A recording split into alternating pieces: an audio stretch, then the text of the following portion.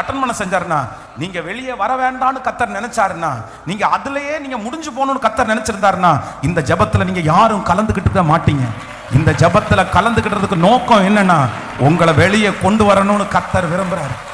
Anyway யார் சொன்னாலும் எத்தனை பேர் வேண்டும் என்றாலும் நீங்க வெளியே வர முடியாதுன்னு சொல்லலாம். ஆனா கர்த்தர் உங்களுக்கு கிருபையா வாக்கு கொடுக்கிறாரு, நீங்க வெளியே வந்துதான் ஆகணும், நீங்க வெளியே வரணும். ஆமோதிக்கிறீங்களா இல்லையா? ஸோ அப்படியே கொஞ்சம் அப்படியே எளிமை நில்லுங்க. கொஞ்சம் அந்த ரொம்ப நேரம் முழங்கால நின்னவங்க கொஞ்சம் உட்காந்து எந்திரிச்சுங்க. ஸோ ஆன்லைனில் இருக்கிறவங்களும் அப்படிதான், ரொம்ப நேரம் முழங்கால நின்னவங்க டக்குன்னு எந்திரிக்க வேண்டாம், கொஞ்சம் எந்திரிச்சு அப்படி நின்று உங்களுக்காக இன்னைக்கு ஸ்பெஷலாக நான் ஜெபிக்க போகிறேன். Thank you Jesus.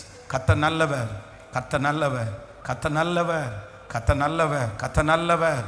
எலியாவை பார்த்து ஆண்டவர் வாக்கு கொடுக்கிறாரு, நீ வெளியே வந்து எனக்கு முன்பாக நீ நில். ஆமென். கர்த்தர் கிருபையாய் வார்த்தையை கொடுத்து கர்த்தர் தேற்றுறாரு.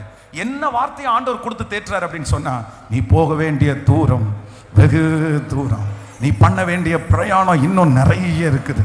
எலியா, வா மகனே, வா, வெளியே வா, நீ வெளியே வா. நீ எலிசா அப்படின்ற ஒரு மனுஷனுக்கு நீ அபிஷேகம் செய்ய வேண்டியது இருக்குது. உன்னுடைய கைகளிலே இருக்கிற நீ போட்டிருக்கிற அந்த வஸ்திரத்தில் அற்புதம் நடக்க போகிறது. அந்த சால்வைனால யோர்தான் என்கிற நதி 2ஆக பிளக்க போகுது. உன் சால்வையிலே இவ்வளவு பெரிய வல்லமை இருக்கும்னா, உன் மேல எவ்வளவு பெரிய வல்லமை இருக்கும். அதுதான் கர்த்தர் சொல்றாரு. ஹல்லேலூயா. உங்க ஜெபத்திலேயே இவ்வளவு வல்லமை இருக்கும்னா, உங்க மேல ஆண்டவர் எவ்வளவு பெரிய வல்லமை வச்சிருப்பாரு, எவ்வளவு பெரிய வல்லமை வச்சிருப்பாரு. நீங்க ஒரு சாதாரணமான ஆள் இல்ல. எலியாவே, நீ ஒரு சாதாரணமான பர்சன்